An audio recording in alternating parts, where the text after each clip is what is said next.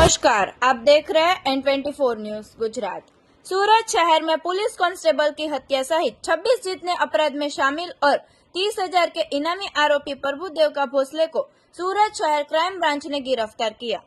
आरोपी 15 साल से घूमता फिरता था। अपनी गिरफ्तारी टालने के लिए अलग अलग शहर में मजूरी काम करता था।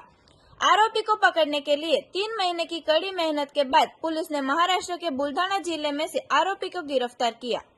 2004 और 2005 में सूरत, भरूच, तापी, नवसारी सहित दक्षिण गुजरात विस्तारों में पारगी गैंग द्वारा सतत लूट हत्या करती थी। 2004 में इच्छल हाईवे पर ट्रक लूटने जाते ही पुलिस कांस्टेबल मधुकर रामदास घटना स्थल पर पहुंचते आरोपियों ने उनके ऊपर पत्थरमारा करके हत्या की थी। बाद पुलिस की राइफल लेकर भाग गया था। 2005 में पलसाना विस्तार में एक फार्म हाउस में घुसकर तमाम सभ्यों को बांधकर लूट की थी। 2005 में कामरेज विस्तार में रिवॉल्वर दिखाकर लाखों रुपए की लूट की थी। नवसारी, बारडोली, अंकलेश्वर, गणदेवी सहित कई जगह पर लूट और हत्या के अपराध यह गैंग द्वारा किया गया था। सूरत क्राइम ब्रांच को बातमी मिली थी कि आरोपी जनवरी-फरवरी महीने में अपने वतन खेत मजदूरी के लिए आते हैं, ऐसी खबर मिली थी। खबर मिलते ही क्राइम ब्रांच ने तत्काल 2 दिन की जांच के बाद महाराष्ट्र से आरोपी को गिरफ्तार किया। सन 2004-5 માં સુરત શહેર, સુરત ગ્રામ્ય, તાપી, નવસારી અને ભરૂચ જિલ્લામાં એક પારગી ગેંગનો આતંક હતો। એણે અસંખ્ય લૂંટ-ધાડ અને લૂંટ-ધાડ સાથે મર્ડરના પણ અનેક બનાવો બનેલા હતા, જેમાં મુખ્યત્વે કહીએ તો ઉચ્છલ પોલીસ સ્ટેશનની હદમાં ધાડ પાડતી વખતે હાઈવેમાં જ્યારે આ લોકો રોબરી કરતા હતા ત્યારે પોલીસ આવી જતા પોલીસના એક જવાનને પણ આ લોકોએ મારી નાખ્યો હતો અને ઇન્સાસ રાઇફલ લૂંટી લીધી હતી। સચિન પોલીસ સ્ટેશનમાં પણ 2 રાહદારીઓ મોટરસાઇકલ લઈને પસાર થતા હતા, એમને પથ્થર મારી રોકી અને એમાંથી પણ એકનું મર્ડર કરી દીધું હતું। 25 થી 26 બનાવો લૂંટ-ધાડના હતા, જે આખી પારગી ગેંગનો આતંક મચાવેલો હતો, જેમાં પોલીસ કોન્સ્ટેબલના મર્ડર સાથેનો પણ બનાવ હતો। આ ગેંગ પકડાયા ગઈ હતી અને આ પકડાયા બાદ 2008માં વડોદરાથી અહીંયા જાપ્તામાં લાવતા હતા ત્યારે પાલેજ પાસેથી આખી ગેંગ આમાંથી અમુક લોકો ભાગી ગયેલા હતા।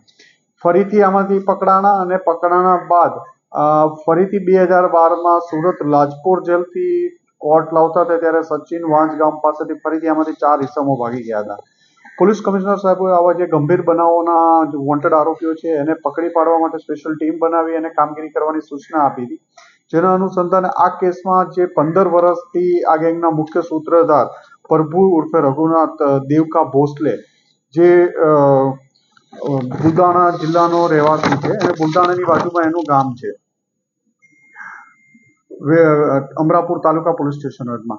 સુરત ક્રાઇમની ટીમ ટેકનિકલ હ્યુમન ઇન્ટેલિજન્સથી ઘણા સમયથી મહેનત કરતી હતી। એમના જૂના સ્ટેટમેન્ટો, એમના જેલમાં મળવા આવનારા અલગ લોકોની તપાસ દરમિયાન કઈ ફળદાયક હકીકત નથી મળી, પણ ક્રાઇમ બ્રાન્ચની ટીમે સતત 4-5 મહિના સુધી આમાં લાગેલા રહ્યા હતા અને છેલ્લા 3 માસથી બુલઢાણા જઈ વારંવાર પોલીસની ટીમ દ્વારા ત્યાં એની સાથે કામ કરતા પારગી ગેંગના અન્ય લોકો સાથે પણ મજૂરી કામમાં પણ 2-3 દિવસ સુધી પેલા સાથે રહી અને માહિતી એવી મળી હતી કે જાન્યુઆરી-ફેબ્રુઆરીમાં દર વર્ષે આવતો હોય છે, બાકી ફોન અને એ યુઝ નથી કરતો।